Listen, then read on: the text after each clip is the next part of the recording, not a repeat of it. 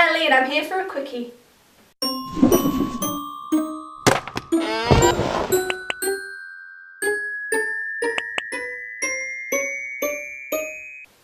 By quickie, of course, I mean the social media book tag, which is a very nice, short and sweet tag that I just fancy doing right now. So, it starts off with Twitter and your favourite short book. For me, this is one that I can't lay my hands on right now. It's Skellig by David Almond. This is about a boy who's moved to a new place with his parents and his baby brother or sister, I can't remember which, but the baby sibling is very sick and he's kind of learning about life and death in tandem while making friends with his next door neighbour and discovering something in the crumbling ruins of their new garage. Something that's, I don't know, kind of like half man, half owl, angel, who knows. Skellig is the character that he finds, and it's a really mysterious book and very beautifully written and only, how many pages? Like 150 pages maybe? So, a short book.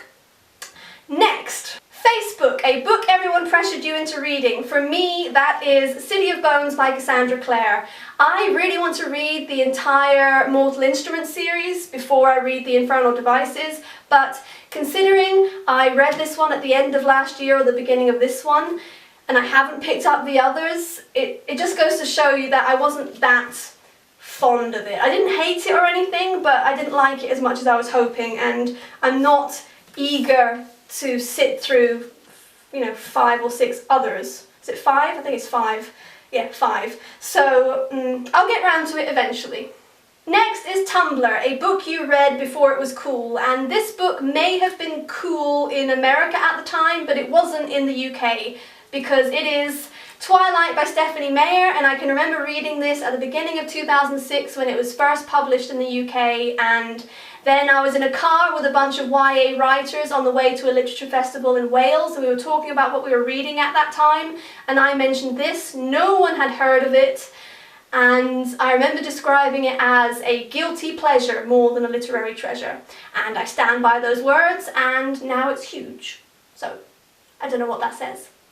Next up is Myspace, and a book you don't remember whether you liked or not. For me, that is The Bride's Farewell by Meg Rossoff. You probably know Meg Rossoff from How I Live Now, which is very popular on BookTube, and I bought this both because I like Meg Rossoff and I love thin hardbacks. However, I don't know whether I liked this book. I think I may have been a bit disappointed. I didn't hate it, but I have no recollection of the level of like for this book. Moving on to Instagram, a book that was so beautiful you had to Instagram it. Now, I have never Instagrammed in my life, however I can remember when this arrived, Cruel Beauty by Rosamund Hodge. Every time I Skyped someone, I was showing them this on the camera because I think it is beyond gorgeous with this unfurling red rose and then a winding black staircase within the furls. I just think it's stunning, which is why I keep going on about it and why I'm going to stop now. And how could we forget YouTube, a book you wish would be made into a movie? And recently I've had Christmas on the brain rather prematurely because everyone on Facebook keeps going on about how there's only X amount of days left, and I'm going to be living in Australia by then, and that's the Australian summertime, and I'm really not looking forward to having a hot, sunny Christmas. I'm British, that's wrong. So basically, I've been thinking about Christmas, and I've been thinking about the films you watch over Christmas time, and how maybe it would be good to have an addition to that playlist, and ergo, Dash and Lily's Book of Dares would be a good addition, I think. I haven't actually read this one, I'm saving it for Christmas, but it sounds like a really nice, sweet story and just something heartwarming that the family could enjoy. So I'm choosing that for my book to movie adaptation. Because everything else I could think of was stuff that, in my dreams would make a good movie, but in reality they'd get the casting wrong and I wouldn't fancy the character that I loved in the book, and it just would upset me. Last up is Goodreads, a book you recommend to everyone, and I'm going to go with Revolution by Jennifer Donnelly because this book is amazing. It is so good. It starts off with a very modern girl called Andy in excuse me, modern day Brooklyn, and she's suffering. Her world has fallen apart. She's about to get kicked out of school. She's grieving for the loss of her younger brother. Her parents are not coping. She's angry at her father for being distant. She's angry at her mother for not being able to cope. And her father in turn is angry at her. And then he takes her to Paris because he's, I think, a geneticist. And he is analysing a mummified heart that may belong to a French princeling from decades ago.